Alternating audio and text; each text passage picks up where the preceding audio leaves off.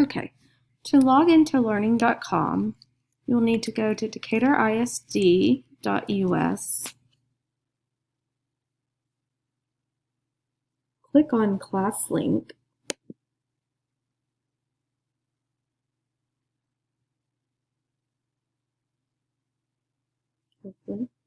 and go to learning.com. It'll have this message on it, that's okay. You're going to come up here to the address bar and type in login.learning.com, and it'll take you to this circus screen.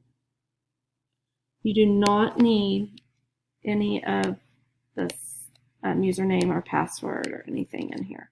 So do not type anything in here. Just click on class link.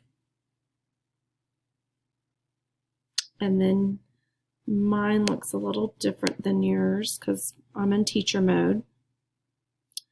But it should take you to a screen that looks like this right here. And that's all.